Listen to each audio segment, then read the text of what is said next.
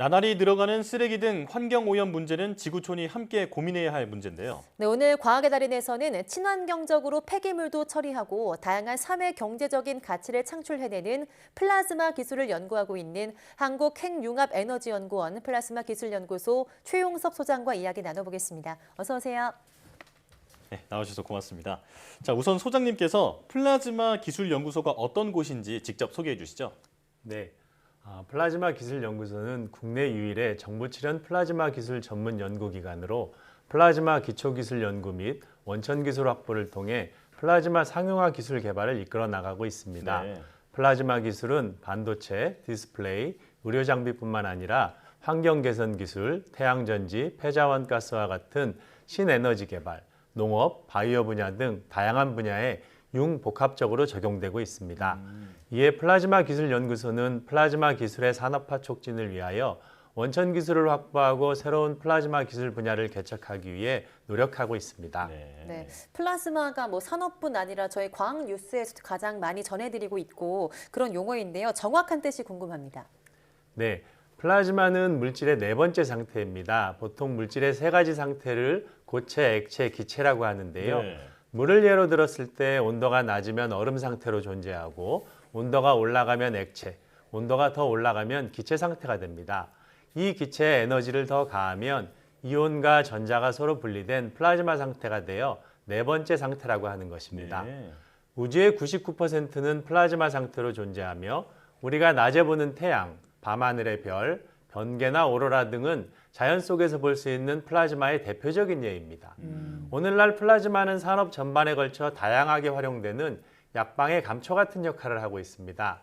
대표적으로 반도체 칩 8대 제조 공정 중에서 산화, 식각, 증착 및 이온 주입, 금속 배선 등 4가지 공정에서 플라즈마가 사용되고 있습니다. 네. 이뿐 아니라 표면 계질, 신소재 개발, 디스플레이 산업, 에너지 산업 분야, 환경기술 분야, 우주항공 분야 등 다양한 분야에 플라즈마 기술이 적용되어 왔으며 최근에는 농업 및 식품, 바이오, 의료 분야에까지 플라즈마 기술이 적용되고 있습니다. 네.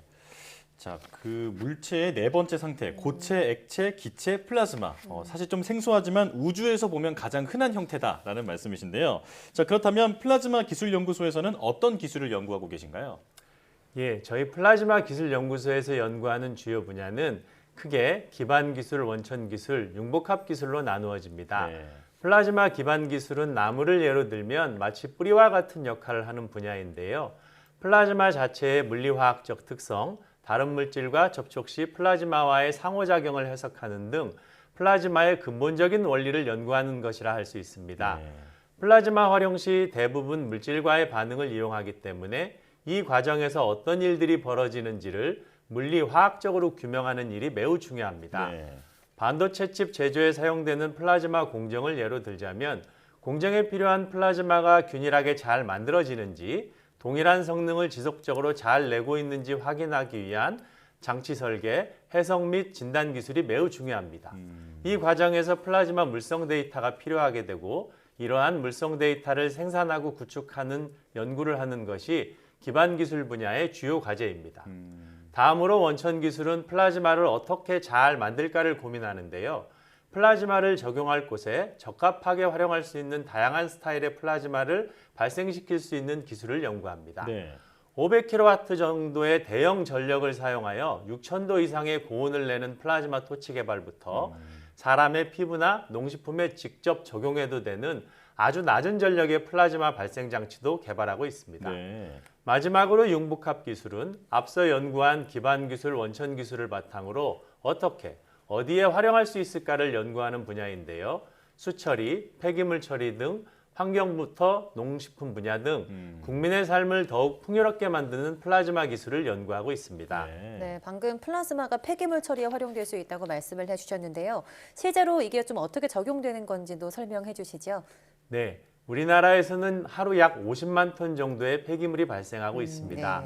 네. 이 중 90% 가까이는 재활용을 하고 5%는 매립, 5% 정도는 소각을 하고 있습니다. 네. 플라즈마 기술을 이용하면 친환경적으로 폐기물을 처리할 수 있습니다. 기존의 폐기물 소각 방식은 불로 태우는 것인데요. 불로 태울 경우 여러 가지 유해가스 성분들이 나오게 됩니다. 지금은 발생한 유해 물질을 후단 정화시설을 통해서 포집한 후에 굴뚝으로 배출하고 있습니다. 하지만 고온의 플라즈마를 이용하여 폐기물을 처리하면 유해가스도 적게 나오면서 폐기물을 깨끗하게 분해할 수 있습니다.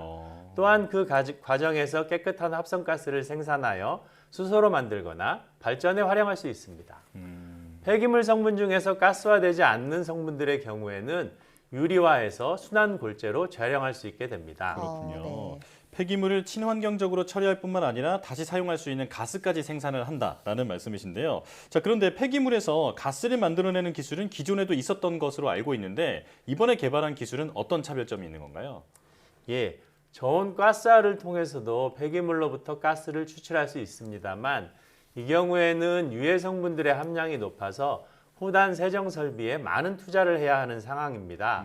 반면 플라즈마 가스화의 경우에는 플라즈마 토치를 활용해서 전기 에너지를 열 에너지로 변환하여 사용하기 때문에 상대적으로 높은 온도인 1400도 정도의 분위기에서 가스화를 진행합니다. 이 정도 고온 환경에서는 유해 물질이 거의 분해가 되어서 상대적으로 깨끗한 합성가스 생산이 가능해집니다. 그렇군요. 네, 플라즈마가 이렇게 환경 분야에도 적용이 되지만 다양한 산업 분야에도 적용이 될 것 같은데요. 어떤 부분에 좀 적용될 수 있을까요? 네, 최근에는 플라즈마 기술을 이용하여 기존의 알코올 소독제를 대체할 수 있는 기술을 확보하기도 하였는데요.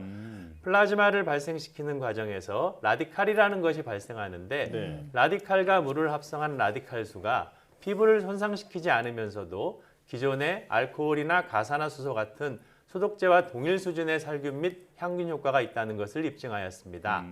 이 이외에도 화학약품 등을 전혀 사용하지 않고도 농식품을 더욱 오랫동안 저장할 수 있는 기술을 통해 농생명 산업의 경쟁력을 높이고 국민 여러분들이 더욱 안전한 먹거리를 드실 수 있도록 다양한 농업 관련 플라즈마 기술들도 연구하고 있습니다. 네.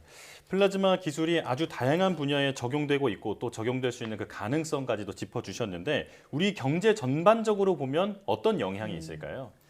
네, 플라즈마 기술은 다양한 산업과의 융합으로 사회 및 환경 문제 등을 해결하고 경제적 가치를 창출하고 있습니다. 네. 예를 들어 플라즈마 연구를 통해 인공위성의 눈 역할을 하는 광학계 제작 기술을 확보하는 데 성공하였는데요. 네.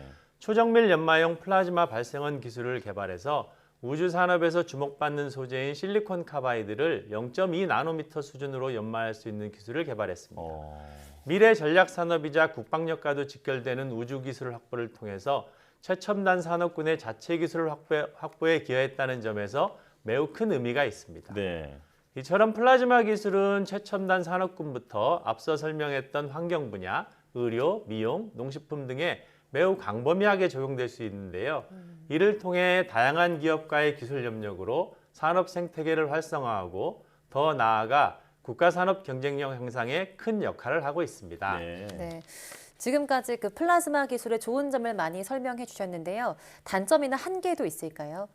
네, 플라즈마 기술도 당연히 한계가 존재합니다. 산업적 응용을 위해서는 경제성이 필연적으로 확보가 되어야 합니다. 예를 들어 플라즈마를 이용한 폐기물 처리 기술의 경우 기술 자체는 오래전에 개발이 되어서 산업화 시도가 여러 번 있었습니다. 국내에서도 10년 전에 청송에 하루 10톤 정도를 처리하는 플라즈마 소각로를 지었었고 연천에도 100톤을 처리할 수 있는 플라즈마 가스화로를 건설한 사례가 있었습니다만 2015년도에 다 정리되고 말았습니다. 그게 경제성이 나오지 않아서 그렇게 되었습니다. 하지만 플라스틱 폐기물 문제가 점점 심각해지고 시민들의 의식 수준이 높아지면서 환경 분야에 더 많은 돈을 쓰기 시작했고 플라즈마 기술도 경제성을 가지게 되었습니다. 네. 또 기술 혁신을 통해서 플라즈마 기술의 비용을 낮추는 연구를 지속하고 있습니다. 경제성과 비용 문제는 앞으로도 조금 더 해결해야 할 과제다라는 말씀이신데요. 자, 마지막으로 플라즈마 기술연구소의 앞으로의 계획도 전해주시죠. 예, 저희 플라즈마 기술연구소는 전라북도 새만금 초입에 위치하고 있습니다.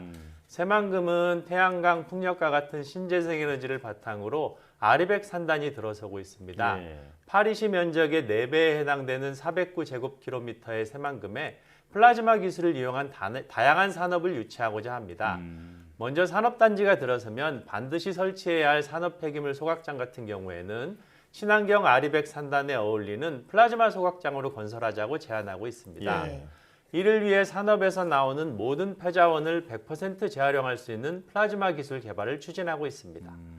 또 플라즈마를 이용한 농생명 바이오 연구 결과를 실증할 수 있는 실증 단지를 건립하는 일도 새만금 개발청과 함께 준비하고 있습니다. 네.